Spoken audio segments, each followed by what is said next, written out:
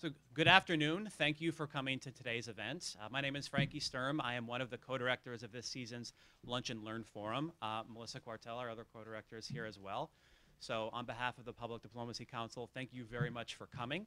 I just have a handful of logistical housekeeping items before we move on to the main event.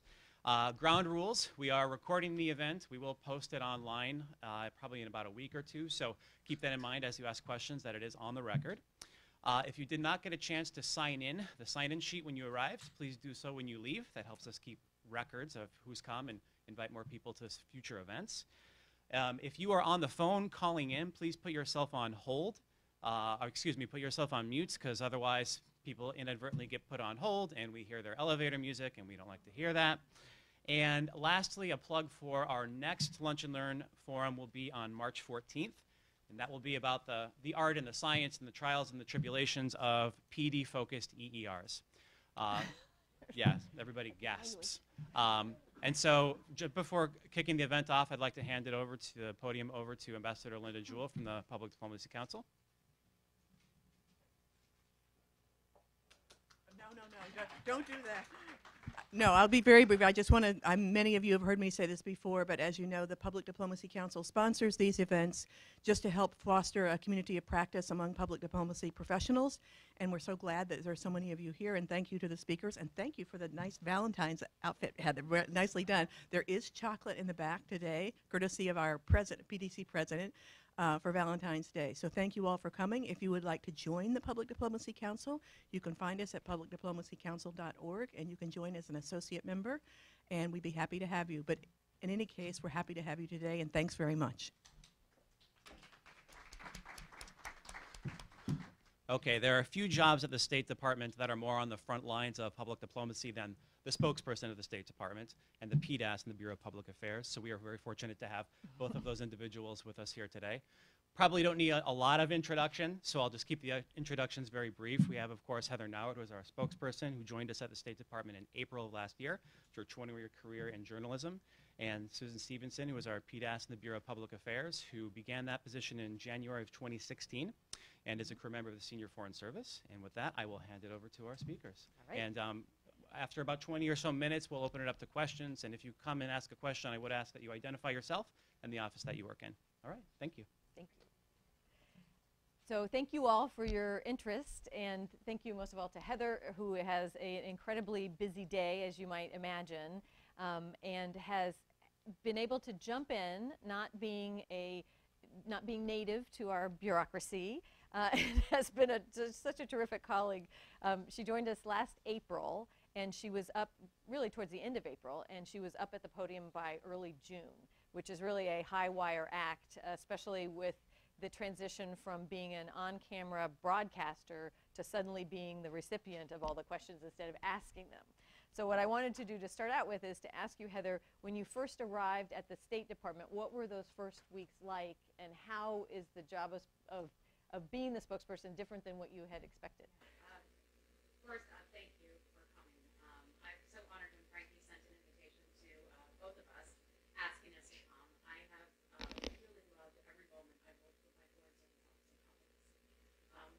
Often when I'm asked by my former colleagues at Fox or people in the administration or reporters in general what it's like to work with at the State Department, and are they all a bunch of Obama holdovers, I laugh and I say, half of them are Reagan holdovers.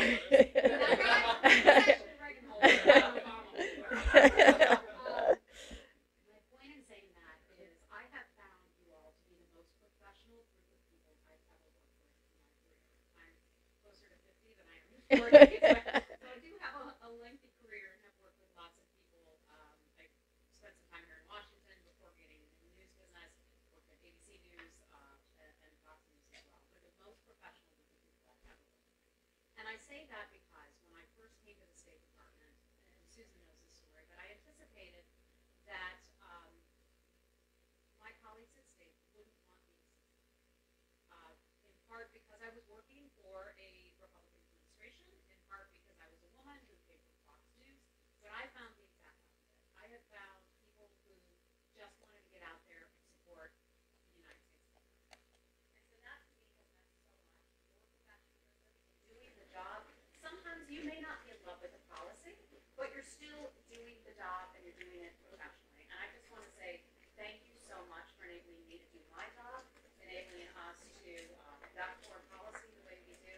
I have a tremendous amount of admiration for you and what you do. And when we were just talking about some of your career postings and how you managed to raise 2 children on the road with a husband who was also a foreign service officer, in different postings around the world, I just have the utmost respect for your profession and all you do. Thank you, Becky. You're not going to tell me I have to start that all over again. No, that was good.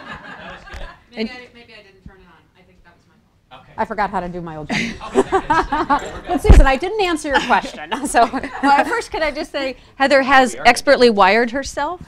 You notice I'm just having this string dangle down the front. You've already put your you thing just in the back. tuck it in. Yeah. Yes. Yeah. So I'm sorry, your question The was transition from being, transition. you know, you're on air, you're not completely scripted, but you have a good idea of what your program is going to be like, and then suddenly we put you up at the podium where you could be asked anything.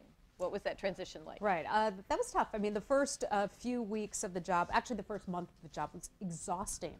I would go home at the end of the day with my briefing book and a glass of wine, and I could not keep my eyes open. And it was just, my head was being pumped full of so much information from around the world, and then all the technical aspects of, in this part of the world, you can say this, but you can't say that. You can use this phrase, but not that phrase. Oh, and by the way, when you're talking about this country, just read it from the book. Don't be afraid to just read it from the book, because the stakes are so high, we can't afford to screw up. Great, no problem. That was a huge transition for me, because in my old job, in my old profession, I'm not going to say you could say what you want, but the stakes weren't as high. You couldn't cause 2 nations to go to war over something that someone in the news industry said, but somebody from the State Department, that could certainly you know, help that along, or that could not be a good situation. So that was probably the biggest challenge, but it's been incredibly rewarding, and I love it. Well, I think the other challenge, which we had discussed initially, is when you're on TV, you always had to look at the camera, and you couldn't look down at the papers. And on this job, obviously you're supposed to look up at your audience, but a lot of it, you have to look at your book. How did you manage that transition? I'm still working on it. Because some days I feel like it goes a little bit more smoothly than others. I mean, there are key words that you have to hit because it's a part of U.S. policy. And we can't deviate from U.S. policy, and we can't have space between what we are saying and what DOD is saying or what Treasury is saying. So that's where the book is really helpful. And some people have made fun of that book. And I think my first day in the first briefing, there were a lot of news people who poked fun at me for having a big book. And I said to the folks later on, every administration has had that darn book. And it's been fat in every administration. So that's not, you know, anything that's new And to I told you us. to look at the YouTube of Richard Boucher, because Richard Boucher, he made no bones about opening the book and reading it very slowly. Not good on camera, but he got those lines out. What did you think about the press guidance collection process, which until you've been in the middle of it, I don't know how I thought the spokesperson got up to speed, but I was shocked at how much time we spend with all the regional bureaus and functional bureaus briefing the spokesperson so that we've got the right words before the briefing. So I usually start guidance collection about 10 o'clock on a briefing day, and we split up the time in about 15-minute increments or so by the different regional and functional bureaus. So usually Consular Affairs, Jenny, will come in, although I don't see her as often as I used to. We get Virgil now, who's fantastic, by the way. All your colleagues are. So Consular Affairs will come in and they'll brief us on sometimes some very sensitive cases. And I have a lot of respect for how they handle things, because not only is the privacy of Americans so important, but the safety and security. And I know you all mean that from the bottom of your hearts. And I had the opportunity to visit some of the CA people in Bangladesh and in Burma not too long ago. And one of the CA officers I was speaking with had just, I believe he had informed, had worked with a father of a woman who had sadly just passed away. And at that time, I learned that that is a job of a Consular Affairs professional.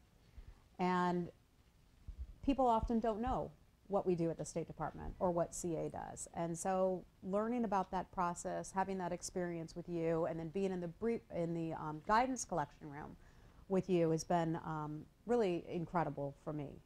And makes me feel very proud of the work that we all do. But we'll start out with Consular Affairs, then we go to WHA, and they'll brief us on whatever's going on in their region. Often it's Venezuela, Cuba, Mexico, those types of issues. And we just go through the bureaus.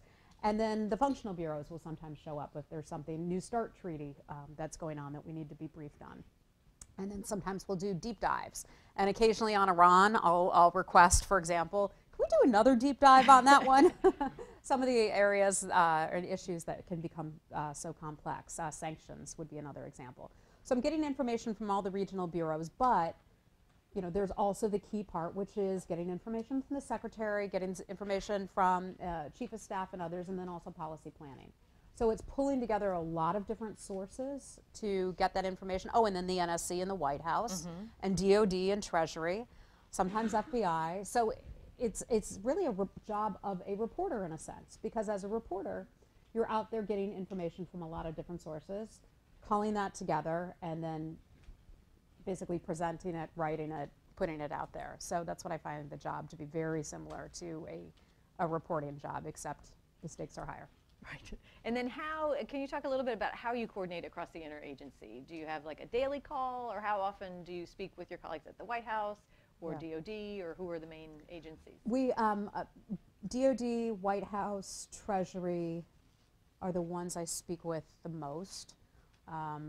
I'm in touch with them basically every day, I would say. It depends on what's going on in the world. And as I've been in this job longer, I find that, you know, the relationships become stronger, and that's so important because you build up a trust with one another that, you know, this person is going to be honest and accurate with me. This person isn't going to leak something. So I find that to be really important. So I basically talk with them every day about different things. Can I ask you about the journalists? In the bullpen, there is a pecking order. There are the deans of the State Department bullpen. There are the journalists that are the foreign reporters that have their pet issue that they're always going to ask you about. How did you find the personalities? How do you navigate that now? And what did you find surprising? You know, I was really intimidated starting this job by two things. One, all of you, and very quickly, as you all helped me get up to speed and just pushed out the policy, that very quickly went away. I said, wow, we really are all on the same team here. This is incredible. The second thing that intimidated me was the reporters. I thought they were all going to be attacking me personally and unprofessional and attacking the administration. And I can only speak, you know, about the State Department reporters because I don't work for another department. But I found them to be so professional. They care about the facts. They love the State Department. They want to see the State Department succeed. They want to see the secretary succeed, which is not to say that they're always advocating for a policy. In fact, sometimes that's not the case at all. But they overall want us to succeed in whatever it is that we are doing. I found them terrific to work with. The younger ones sometimes get a little off base and are a little less careless with the facts sometimes. The oldest, most senior ones, though, I find to be very responsible. They care about the context in which something was said, and they've been fantastic to work with as well. So I have a ton of respect for them. And I love our foreign reporters. That has been such an incredible experience, having the opportunity to work with Richard Byungen and the others over at the Foreign Press Center. Because if you think about what some of these reporters have been through in their home countries, we have a woman who will often show up from Afghanistan. And her family was literally tortured at one point in her career when she was living in Afghanistan because of her chosen profession. No journalist in the United States faces that. We have a Turkish reporter who, if he returns home right now, he would be arrested. He would be detained because there's a warrant out for his arrest. So he can't even go home. We have a young Syrian reporter who will occasionally come sometime. One of her former colleagues, you may remember this story, was killed not long ago. I believe it was in Istanbul. So these people go through so much to be here and do their jobs.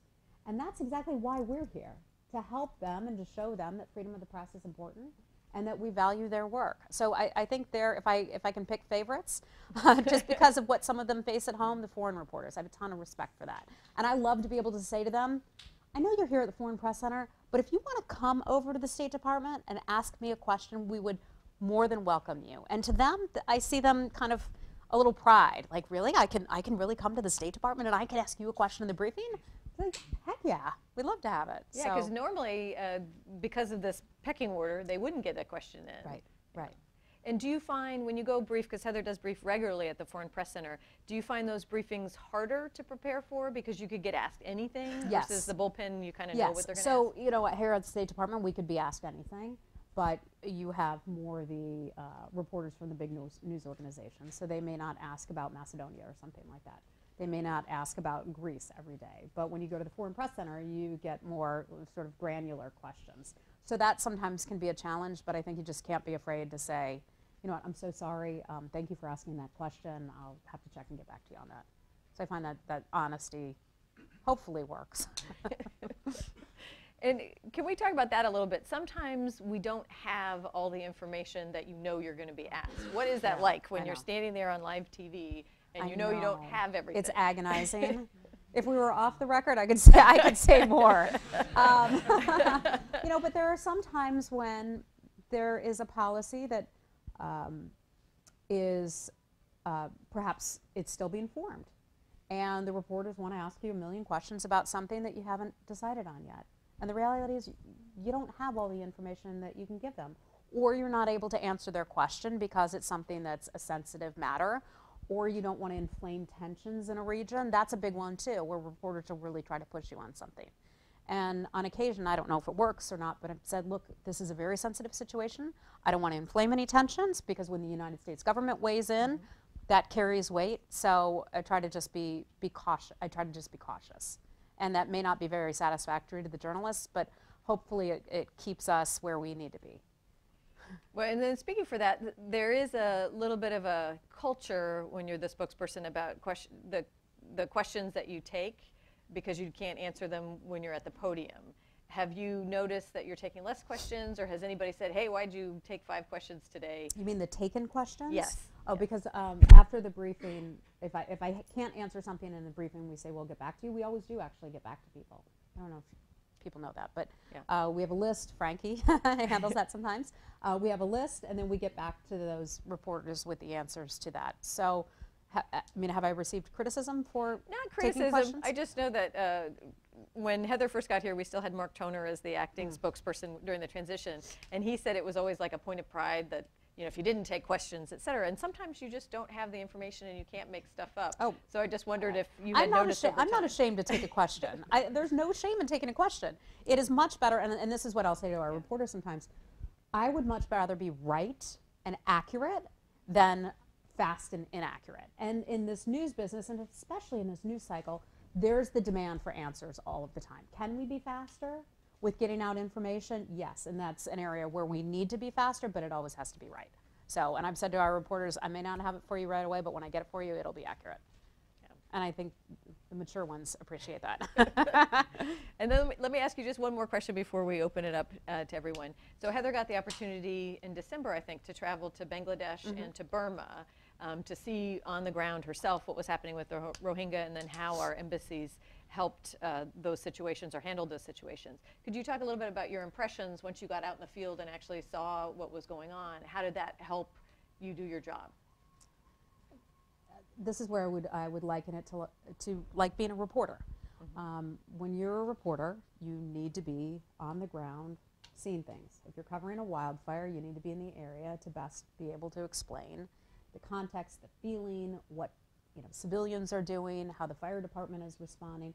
That's the only way you can really tell a story. And that's what it is. And this job is not only explaining foreign policy in a way that hopefully regular folks will understand, but also explaining the why behind it, and being able to see it on the ground, I think is the most important thing, because you pick up so much more. You see how hard your colleagues are working. You see how difficult the circumstances are when you are able to talk to people who are suffering. When you see and experience the tone of the government, such as when we were in Burma, that's very telling. And so that helps you to be able to explain your message a lot better. You know, this job that I'm doing right now is not without its challenges. I would certainly like to be on the road more, but we'll do the best that we can with what we have.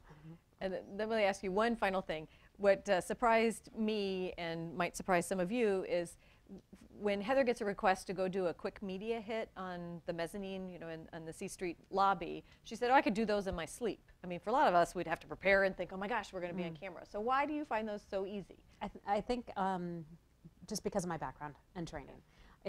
I find it much more daunting to do a 45-minute briefing before the entire press corps than when somebody says, CNN calls and says, can you do an interview on Russia? I'm like, oh, piece of cake, got it, no problem. Even though it's live TV. Even though it's live TV. But I did it for 17 years. So I could do that, not all day, but I could do it a lot, and frankly, should do it a lot more. But that's the easy part. And so there's always the balance. Do we get our message out? And I'd be curious what any of you think about it.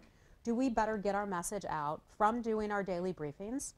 Or does it help, too, to get the message out by doing more TV, radio hits, Voice of America, BBC, and all of that? What's the best platform for getting out our message? So why don't we open up to you now? Yeah. Some of you, you're the experts. Somebody must have a feeling about that. Okay.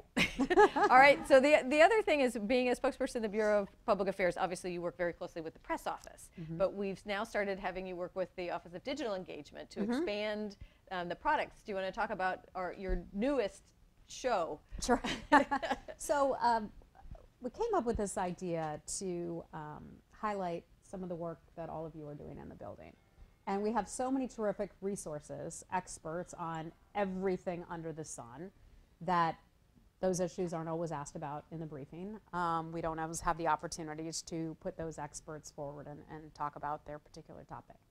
So I asked Paco Palmieri, our acting assistant secretary for WHA, if when he returned from the secretary's Latin America trip, if you sit down and talk with me and just do an interview. And I said, look, I'm not a reporter anymore. I work with you. I'm your colleague. We get along really well. Let me just ask you about the trip, some of the color, some of the policy priorities, what we agreed upon there at the trip. And so he sat down with me for about 20 minutes, and it was just an easy conversation back and forth. And so we posted it on our website, and we're making a little podcast out of it. And so the plan is to do this going forward. I think, who we're talking with this week? Oh, from the Diplomacy Center about African American History Month. And the first African American diplomat. There's actually a competing program right now over at the Diplomacy Center Pavilion on that. Yes, so we're going to be talking about that in the future. We'll do PEPFAR, we'll do readout with Kurt Volker, I think, once he returns from Ukraine, Wes Mitchell, when he gets back from this trip with the secretary going to Turkey. So we'll do some of those issues, and just a good, fresh way to push out our message and have people know what we're doing. And you want to talk a little bit about toppers? What is the role of a topper at the press briefing? Oh, I always feel like I could do so much better with a topper. The role of the topper, I think, is just to highlight important things that are going on in the building or that people are doing in the field. I think our toppers could always be better. I don't know if any of you are a part of the topper process, but it's an opportunity to highlight something important that's going on. And the best way to do that is to put it together like you're writing a story, or like you're explaining it to your grandmother or your neighbor next door. I'm trying to remember a recent topper that I can't even remember anything from yesterday that we did. Yeah, well, we did it on the U.S. We did the U.S. Diplomacy Center, but we also had 3 others. And I can't remember what they were right now. But if there's an important issue that's going on, to explain it in a way that people listening or watching or reading a transcript would say, wow, that's really neat. I didn't know that. Or that's important. Or more people are being killed in this area of this particular country this year than they were last year. That is significant. Here's why the American public and the world should care. Like, think about it that way, and we always welcome toppers explaining the good stuff that we're doing, or, you know, in some instances, important matters that need to be highlighted.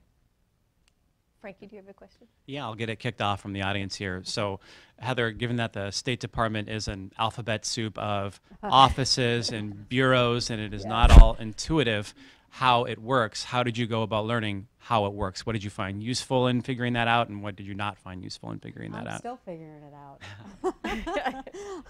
There are some bureaus, I say, wait, what is that again? That's that.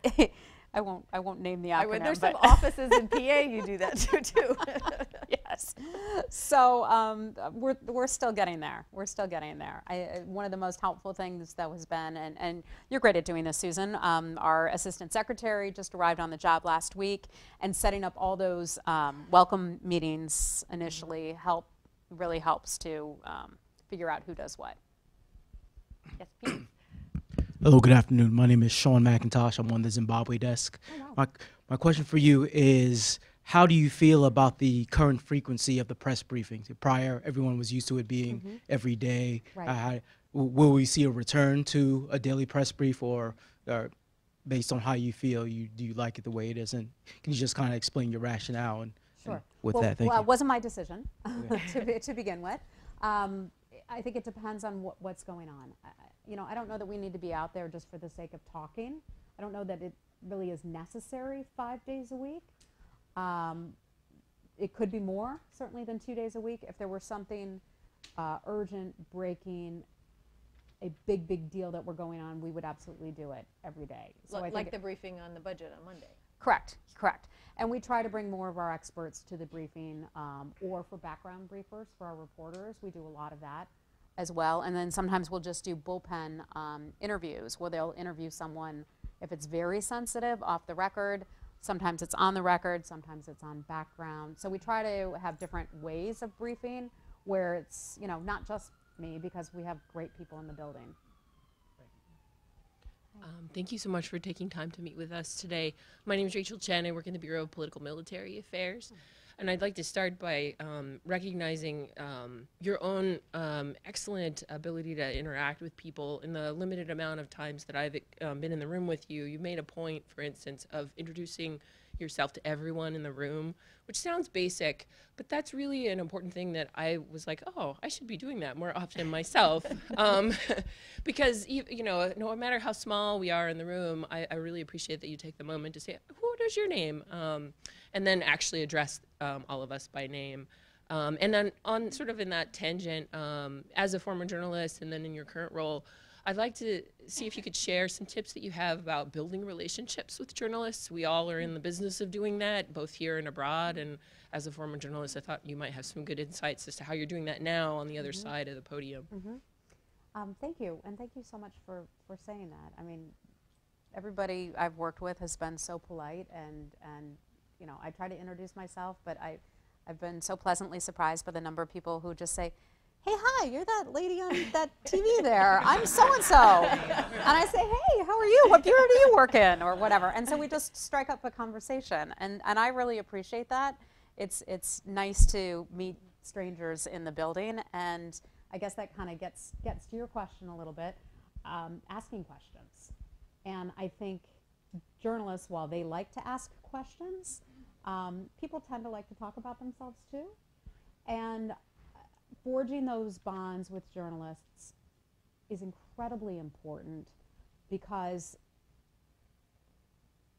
well, for a lot of reasons, but they need to understand and believe that you are being honest with them and that you will give them truthful information in a timely fashion. And if you can develop that kind of personal relationship and that personal trust, it helps them to understand when you say, no, this really isn't a story, or yes, this is a story, or sometimes even more importantly, yes, this is a story, you're right, but there's a national security issue here, and so we need to ask you to hold on this, please. With those good relationships with those reporters, you can best ask for those things, and you can work with them on the context of a story. I'm really big on that because you have to understand that context. So I would say that's the biggest thing. I think sitting down, having a cup of coffee with them, and tell me your story. Tell me your story. The reporter I was referring to from Turkey, I remember when I first arrived, one of my colleagues said, "You don't need to call on him. I'm not really sure how much coverage he gets back at home and at his news organization." I was like, you know what though?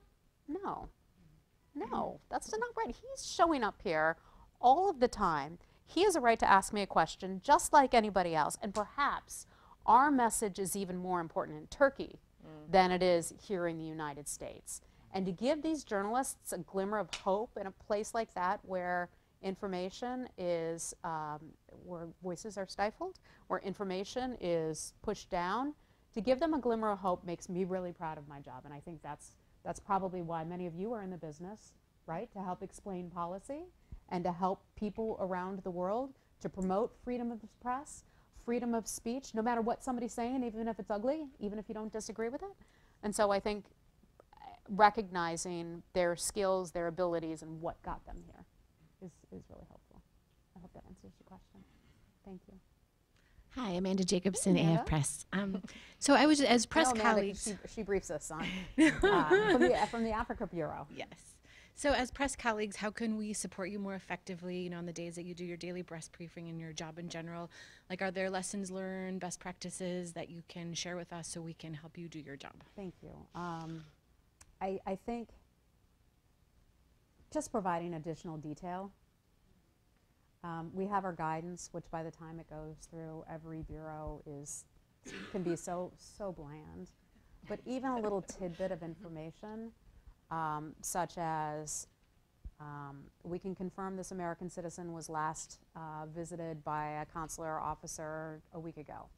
That one little piece of information can help not only with your credibility, but it gets information out there and helps to better tell the story. So those little details that you may take for granted can be really, really valuable and helpful. So any little detail, yeah. Hi, I'm Elise Crane in EURPD. I want to second Rachel's comments for just your general demeanor and way with people. I really noticed that the couple times I've been in the bullpen and just even reading the transcripts of the daily press briefing, just saying hi to the reporters, asking how they're doing. It's just, it's such a nice atmosphere in there, and I think they respond to that very well. Thank you. We're supposed to do diplomacy, right? Exactly. Going back when you asked the question about how best to get out of our message, I think it's a bit daunting in a room of public diplomacy professionals to try to answer that question, but I work on Ukraine, Moldova, and Belarus, and I think on Ukraine, you know, of course, it just depends very much on the audience, but I think the statements and the toppers have been very useful, and especially because our embassy in Kyiv can you know, embed that statement, a link in a tweet, and customize it for their local audience. So I think there's lots of ways you can use that content, but coming from your level, that is really important. And of course, we try not to overuse it, but it's very effective. But I think also the media hub calls with Kurt Volker and other things like that are also very important.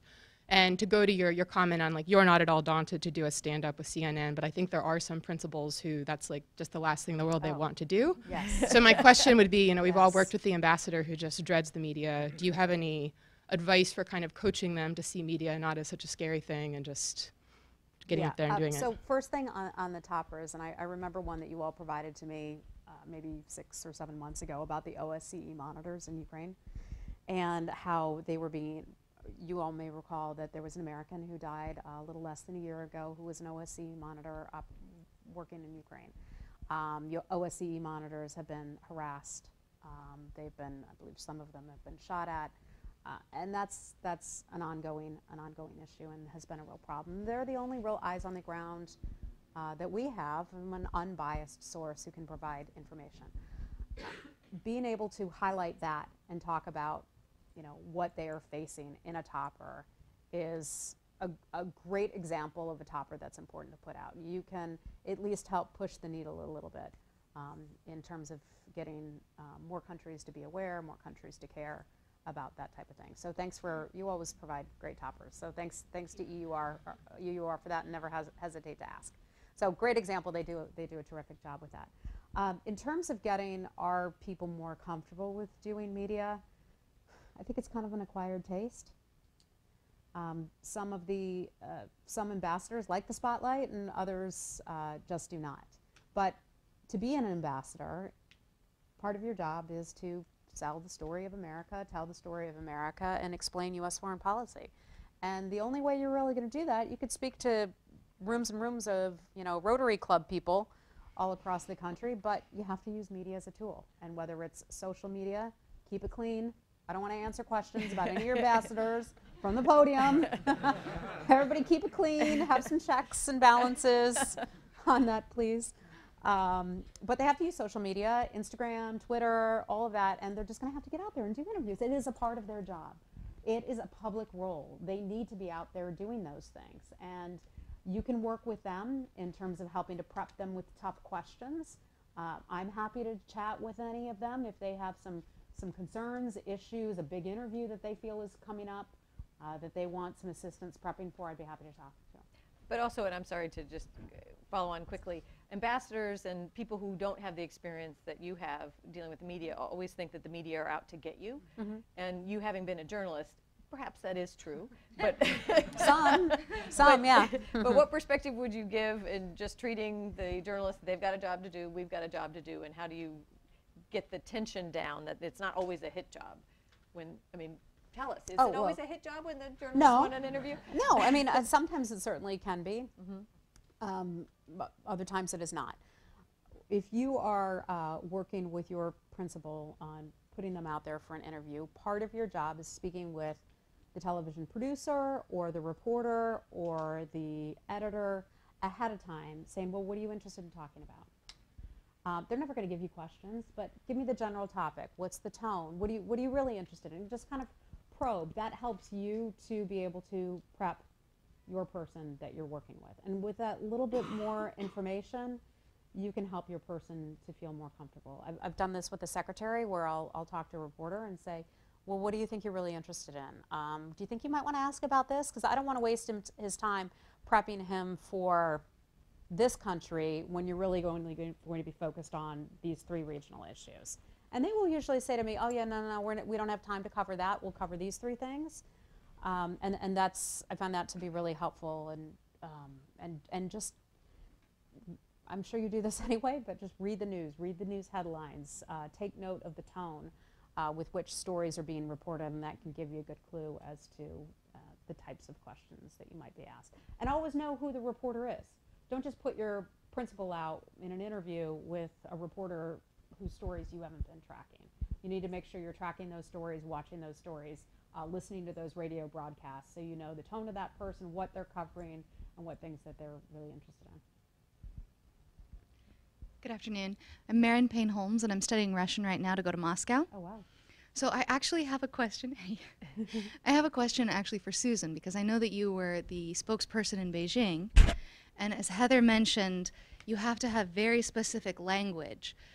So how did you practice your Chinese in order to be able to say exactly the right thing when the languages aren't, it's not Pig Latin, it's not 1 for 1?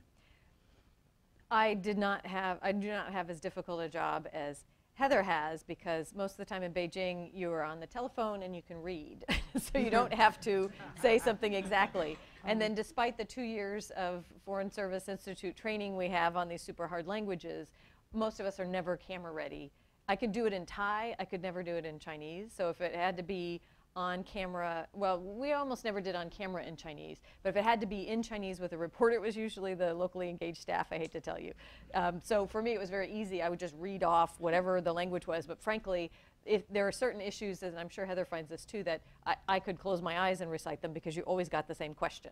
I remember my sisters came to visit me for only a week, and they said, now we can talk about rare earth metals, and we can talk about, you know, this one dissident, because they heard me take, you know, calls all the time, and I had all the language to do it. But in terms of speaking on a foreign language, I think there's very few of us that get to that level of proficiency in these harder languages. So usually in Beijing, it was the consular officers that we would trot out because they could talk about applying for a visa, et cetera. I don't know if you know Nancy Abella. She was the head of the non-immigrant visa section, and Mike Pignatello, and they would just go on the radio and they would go on TV and they could do all that, and it wasn't me. I was just booking it. She's too humble. Hi, my name is Anna DuPont. I'm currently working in the Operations Center where we very closely track the statements that you put out both on social media and as press releases, just to make sure that we're tracking the most relevant issues for the department. So I wondered if you could tell us a little bit about the process of how those are crafted and how you decide which of the myriad issues around the world merit a statement, and also how that, or if it's coordinated with the 7th floor. Yeah, sure. And thank you for what you do at the Ops Center. I'll pop in there occasionally and see what's going on, and recognize that you all are there 24/7. I mean, it's a 24/7 job regardless, but you all are there 24/7. And you know, you're the first place, the go-to place when there's something big going on. So just thanks for what you guys do in the Ops Center. the statements come together, and you all probably know more about this than I do, but a bureau can suggest a statement if there's something that happens in that region or under the umbrella of a functional bureau. They say, hey, we think this is really important. Can you consider putting out a statement on this? So they'll propose it to us, and then we'll often weigh that against what other statements that we may have coming out that day.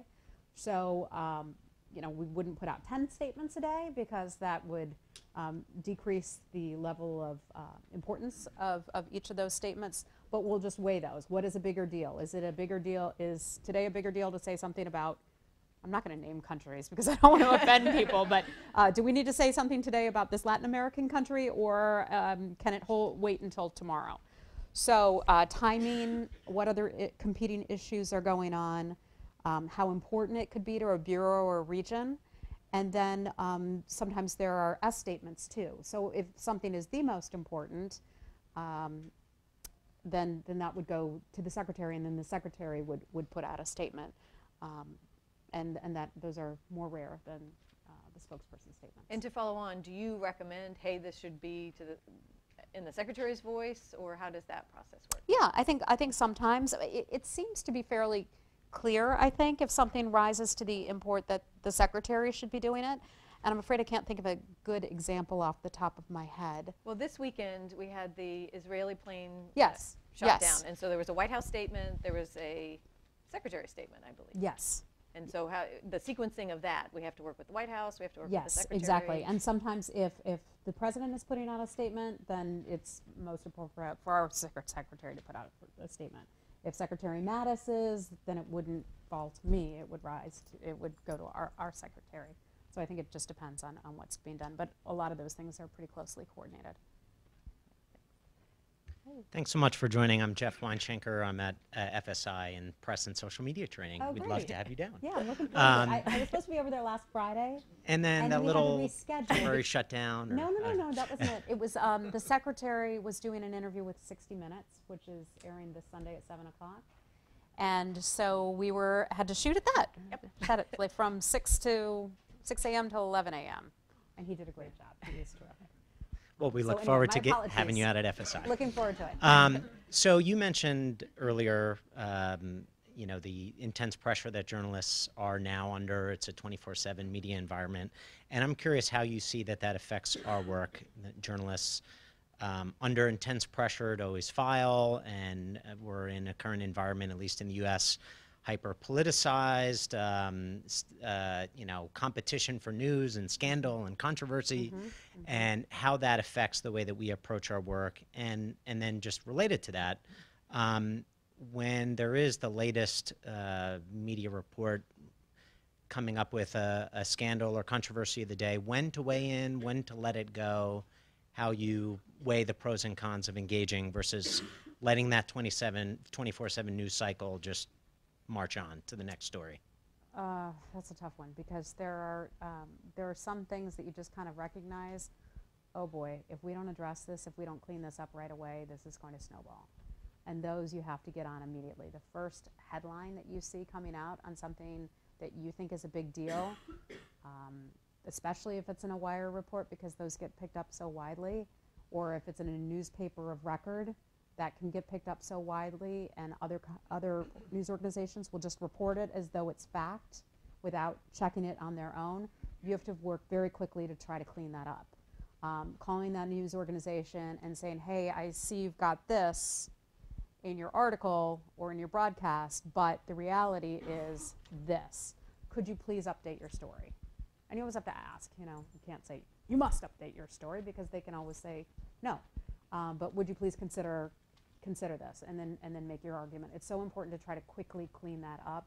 Some things, we don't get to everything. There are some things that slip through the cracks that we just don't get to. We're trying to do a better job of making sure we're responding to all of those. And did you have another part of the question? I'm sorry. No, it was just in general in the 24/7 fast-paced, social media always connected, journalists always under deadline to produce.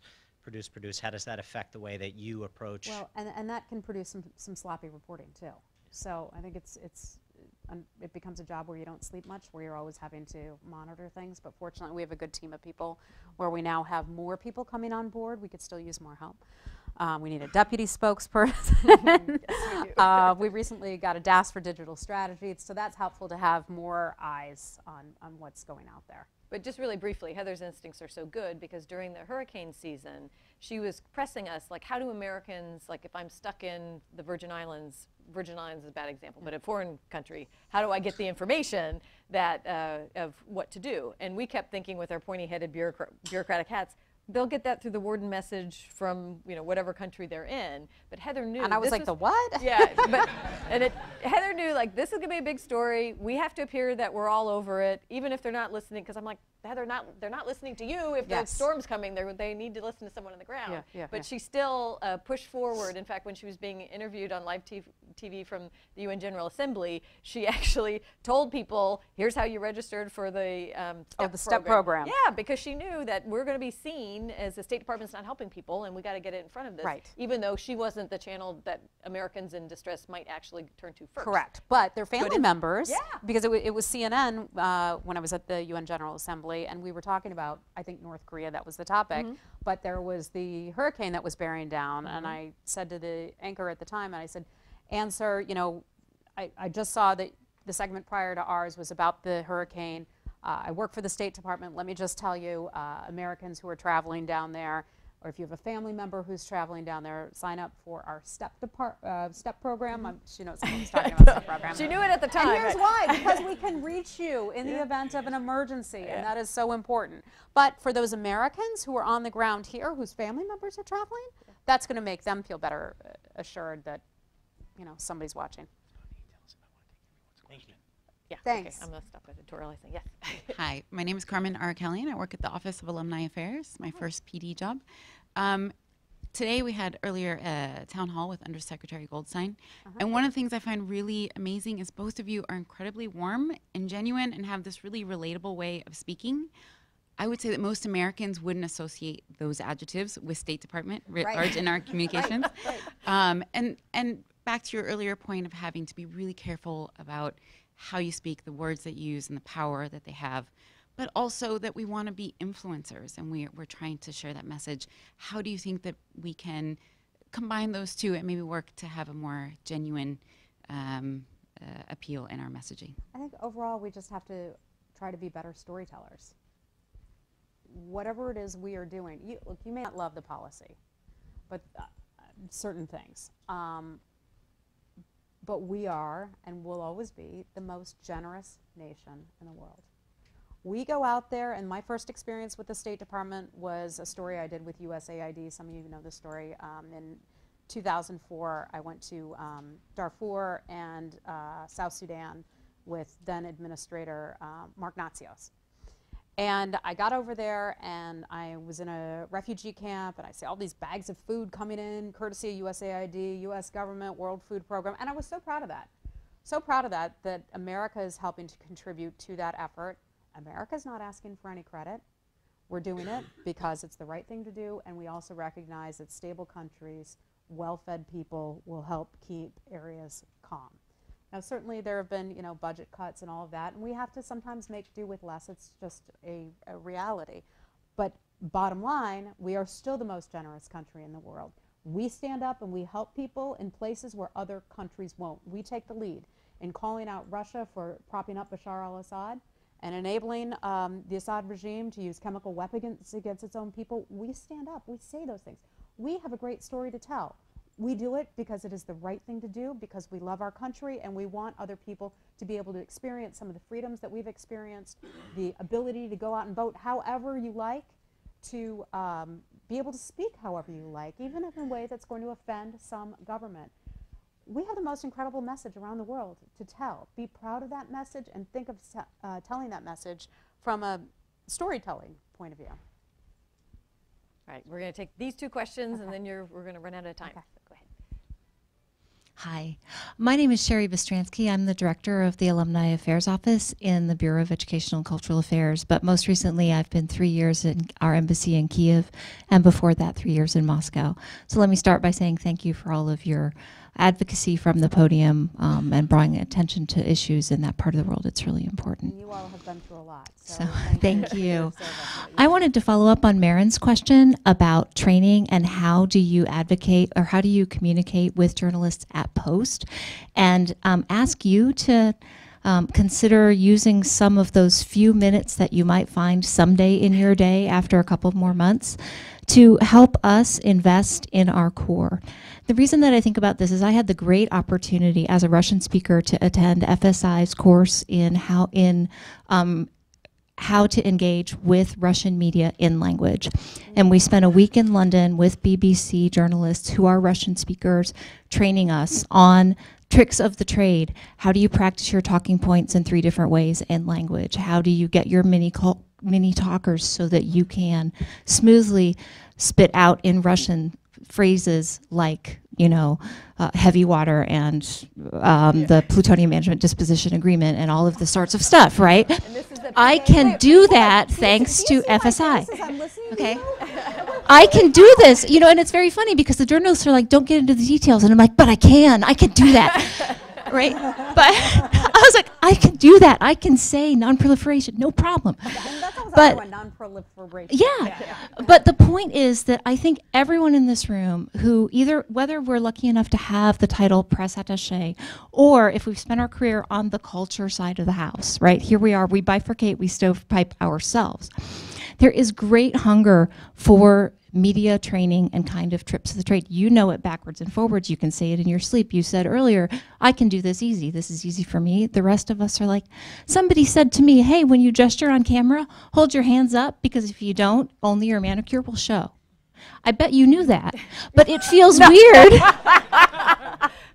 I've never heard that, but it feels weird to gesture up here until you practice. Anyway, I'm going to stop there, but just thinking to myself, brown bags like this, where you might come and share some of those tricks of the trade to those of us who might not have the title, who can't get into the FSI training for press attachés, but there's a great hunger and a great need for those skills. And it would help us to tell America's story in language. Thank you.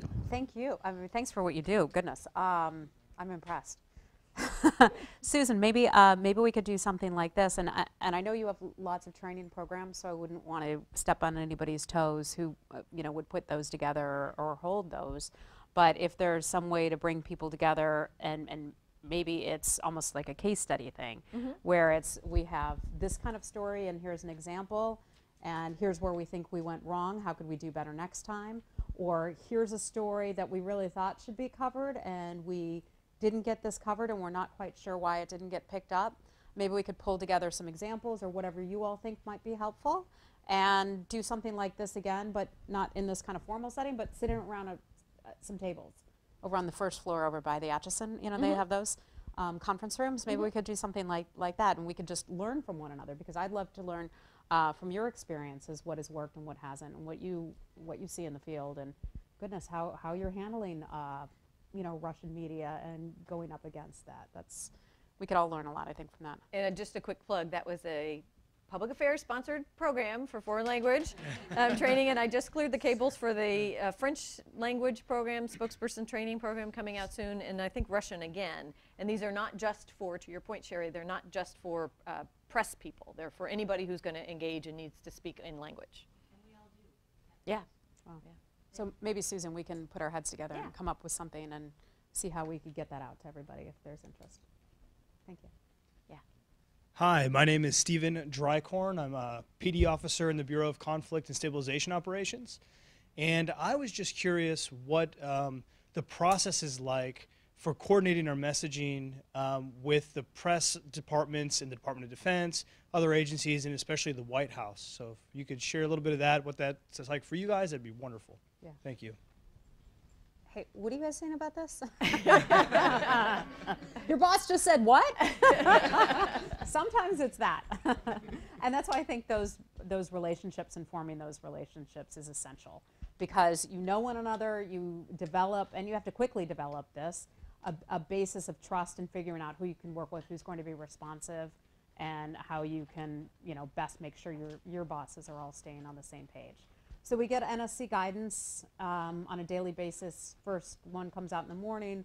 Then the second one comes out a little bit later, so we can kind of use that as a guide. Our language is sometimes a little bit more bland, but our language is on the same page with NSC guidance, but often I'll just pick up the phone or I'll email somebody that I know in the press office at DOD or the White House or Treasury, the agencies and departments we end up working with a lot. So I would just say those personal relationships that you can develop. And don't hesitate to pick up the phone and call somebody at a counterpart bureau or agency and say, like, hey, I just saw your boss say this. We're kind of working on something like that. Maybe we can, do something together. I'll give you an example. The White House has made one of its priorities drug addiction and the opioid crisis. I mean, how many of your families have been affected in some way by drug addiction? And raise their hands. Anybody? Okay. Mine too. It's something that I care, very deeply about. And I saw that Kellyanne Conway was taking on this issue on behalf of the White House. And I said, wait a minute, we got INL. And we're doing stuff where we're, working on trying to combat opioids. In addition to that, all the drugs that they end up cooking up in other countries, and they just change a little molecule, so it's technically legal here in the United States. But if you're looking at the spirit of the law, it really is illegal. We're doing a lot of coordination with those other countries where those drugs are being cooked up. Let's tell that story about what the State Department's equity is in combating opioids and illegal drugs here in the United States, because it's something we should all care about. So picking up the phone and calling that other agency or department and saying, hey, we can help you with that, because we're doing some of that too. And DOD and other agencies are doing those things as well. So I think just kind of trying to think creatively. All right, well, that's going to conclude our event for today. So another hand for our Susan, for Heather. We really appreciate the time. And I understand that Heather wants to take a photograph that she can use on Twitter. Heck yeah. Is that right? Yeah. All right, so that's happening. Don't run away yet. Thank you. Oh, and if I could say thanks to Frankie. Frankie's one of our press officers, and our press officers and our press department. If any of you are interested in more his line of work, come on down and visit us one day, and you're more than welcome to come shadow Frankie or his colleagues. I'll make sure that happens. But they're dealing with all the reporter requests, and he can also help help figure out how to answer things as well. And Susan Stevenson has been a remarkable leader. I'm so excited for whatever her next position will be, but we will be sad to see her go when she does eventually go, but she's been phenomenal. Could not do this job without Susan. Well, and you're... What I wanted to say, and now it's not going to come off as well because you just gave me that setup, is for those of you who have remarked upon how accessible and normal and nice Heather is, when she said she first started and was kind of worried that we were all going to be out to get her, we were worried that she was going to have a big head and a big ego and be really hard to work with because she's a famous TV personality. Yeah, right. And she's not. Everything you see, that's exactly what you get with Heather. She is fabulous to work with. So I'm glad that got recognized. Thank you. Thank you. Thank you, guys.